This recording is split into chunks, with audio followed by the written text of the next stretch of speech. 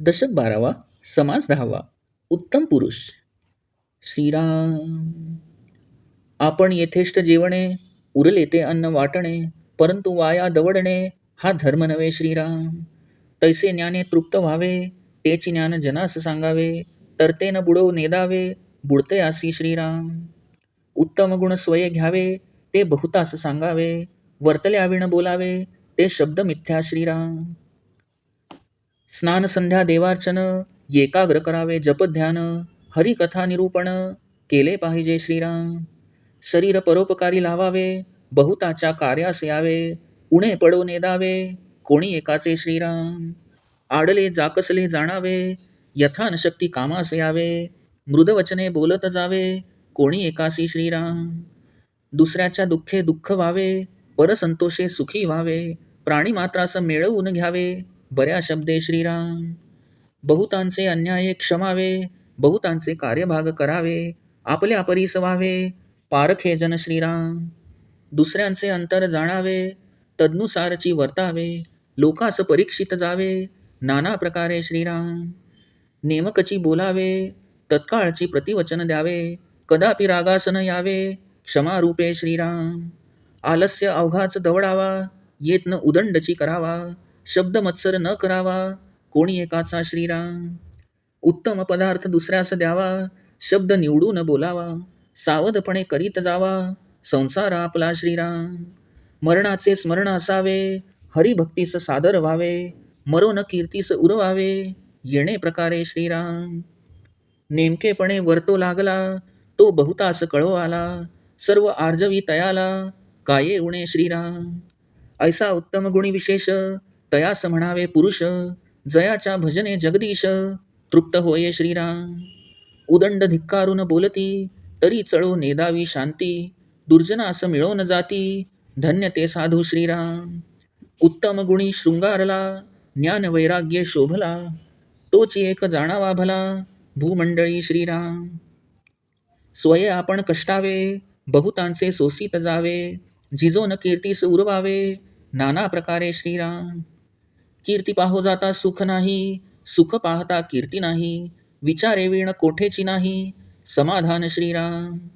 परांतरास न लावावा ढका, कदापि पडो नेदावा चुका, क्षमाशीळ तयाच्या चुका, हानी नाही श्रीराम. आपले अथवा परावे, कार्य अवघेच करावे, प्रसंगी कामास चुकवावे, हे विहित नव्हे श्रीराम. बरे बोलता सुख वाटते, हे तो प्रत्यक्ष कळते, आत्मवत परावे ते, मानित जावे श्रीराम. कठीण शब्दे वाईट वाटते, हे तो प्रत्ययास येते, तरी मग वाईट बोलावे ते, काये निमित्त श्रीराम. आपणास चिमोटा घेतला, तेणे कासा विस झाला, आपणावरून दुसऱ्याला राखत जावे श्रीराम. जे दुसऱ्यास दुःख करी, ते अपवित्र वैखरी, आपणास घात करी, कोणी एके प्रसंगी श्रीराम. पेरिले ते उगवते, बोलण्यासारखे उत्तर येते, तरी मग कर्कश बोलावे ते, काये निमित्त श्रीराम.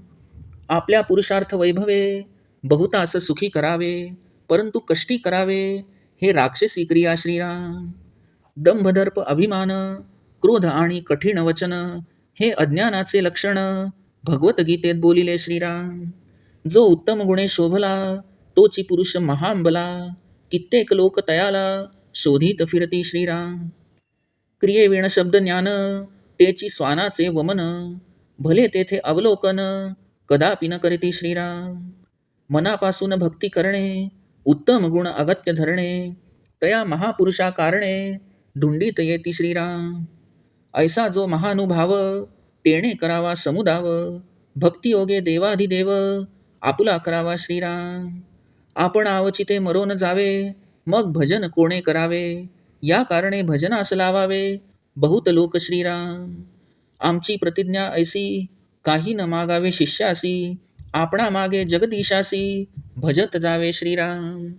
या कारणे समुदाव, झाला पाहिजे मोह छाव, हातोपाती देवाधिदेव, वोळेसा करावा श्रीराम. आता समुदाया कारणे, पाहिजे ती दोन्ही लक्षणे, श्रोती येथे सावधपणे, मन घालावे श्रीराम. जेणे बहुतास घडे भक्ती, ते हे रोकडी प्रबोध शक्ती, बहुतांचे मनोगत हाती, घेतले पाहिजे श्रीराम. मागा बोलिले उत्तम गुण, तया समानिती प्रमाण, प्रबोध शक्तीचे लक्षण, पुढे चाले श्रीराम. बोलण्यासारखे चालणे, स्वये करून बोलणे, तयाची वचने प्रमाणे, मानिती जनी श्रीराम. जे जे जनास मानेना, ते ते जनही मानिना, आपण एकला जन नाना, सृष्टीमध्ये श्रीराम. म्हणून सांगाती असावे, मानत मानत शिकवावे, हळूहळू सेवटा न्यावे, विवेकाने श्रीराम.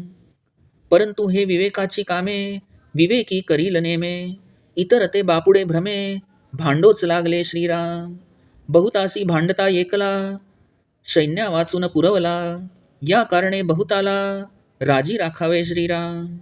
इति श्री दासबोधे गुरुशिष्य संवादे उत्तम पुरुष निरूपण नाम समास 10वा समाप्त.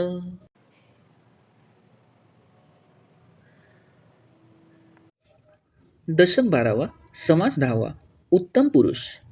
श्रीराम.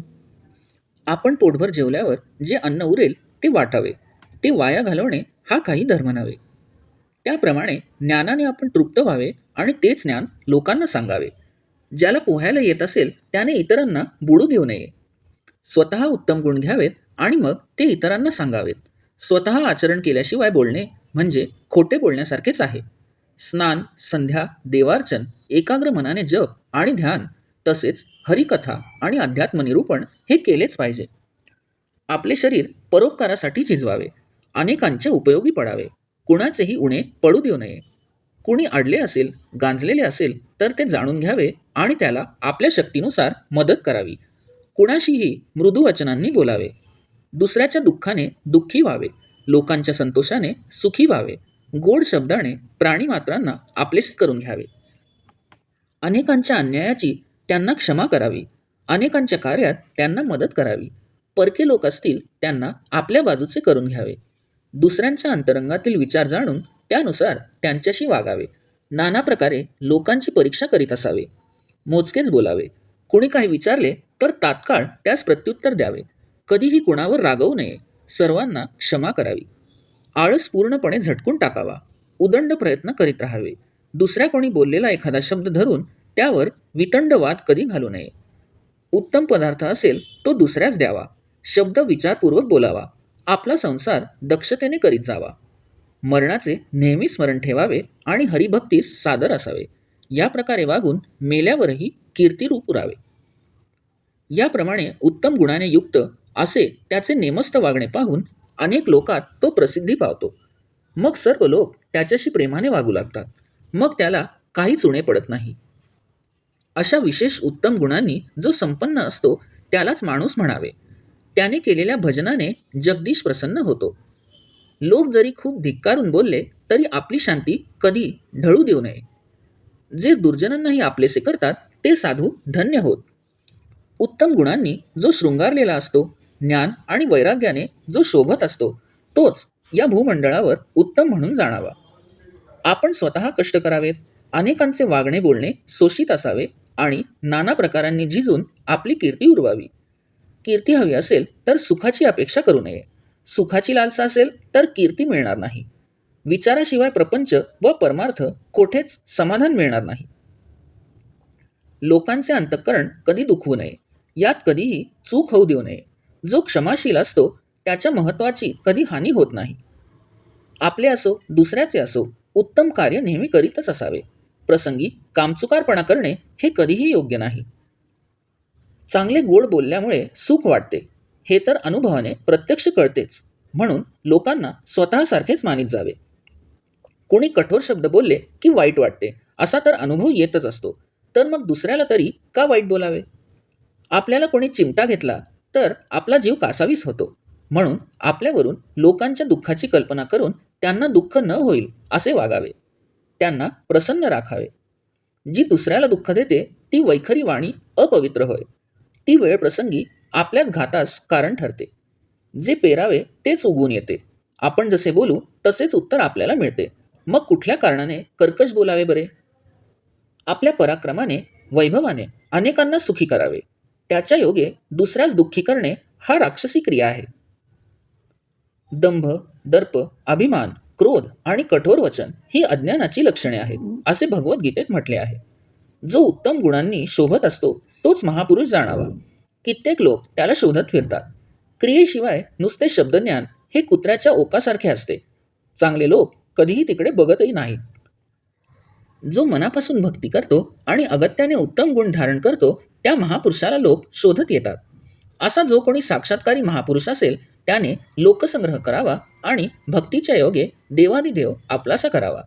समजा आपण अवचित मरून गेलो तर मग भजन कोण करील, असा विचार करून त्याने अनेक लोकांना भगवत भक्ती करण्यास लावावे.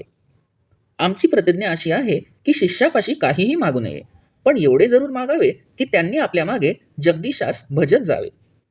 हे व्हावे म्हणून समुदाय एकत्रित करण्यासाठी महोत्सव करावेत आणि सहजासहजी देवादिदेव प्रसन्न होईल असे करावे. आता लोकसंग्रह व्हावा म्हणून महंतांच्या अंगी पुढील 2 लक्षणे असणे आवश्यक आहे. श्रोत्यांनी मन एकाग्र करून सावधपणे ती ऐकावीत. ज्या योगाने अनेकांकडून भक्ती घडेल अशा रीतीने प्रबोधन शक्ती म्हणजे विषय नीट समजावून सांगता येईल असे वक्तृत्व हवे आणि अनेकांचे अंतःकरण जिंकता आले पाहिजे. यापूर्वी जे उत्तम गुण सांगितले ते अंगी असणे आवश्यक आहे. ते ज्याच्या अंगी दिसून येतात त्याचे बोलणे लोक प्रमाण मानतात व त्याच्या प्रबोधन शक्तीने लोक प्रेरित होऊन कार्य करू लागतात. जो बोलण्याप्रमाणेच स्वतः वागतो आणि आधी स्वतः करून मग बोलून दुसऱ्यास उपदेश करतो त्याची वचने लोक प्रमाण मानतात. जे जे लोकांना पटत नाही ते ते लोक मानत नाहीत, ऐकून घेत नाहीत. आपण एकटे असतो आणि जगात लोक अनेक असतात. म्हणून लोकांना बरोबर घेऊन कार्य करावे. हळूहळू समजावत त्यांच्या कलाने घेऊन त्यांना शिकवावे आणि विवेकाने हळूहळू त्यांना शेवटच्या पायरीपर्यंत न्यावे. परंतु याप्रमाणे युक्तीने लोकसंग्रह करणे हे विवेकी पुरुषाचे काम आहे. त्यालाच ते जमते. इतर लोक बापडे भ्रमाने एकमेकात भांडूच लागतात. सेनापती ज्याप्रमाणे सैन्याशिवाय एकटा काहीच करू शकत नाही त्याप्रमाणे सर्वांशी जो भांडतो तो एकाकी पडतो व काहीच कार्य करू शकत नाही. म्हणून उत्तम पुरुषाने अनेक लोकांना राजी राखावे. इति श्री दासबोधे गुरुशिष्य संवादे उत्तम पुरुष निरूपण नाम समाज 10वा समाप्त. दशक 12वा समाप्त.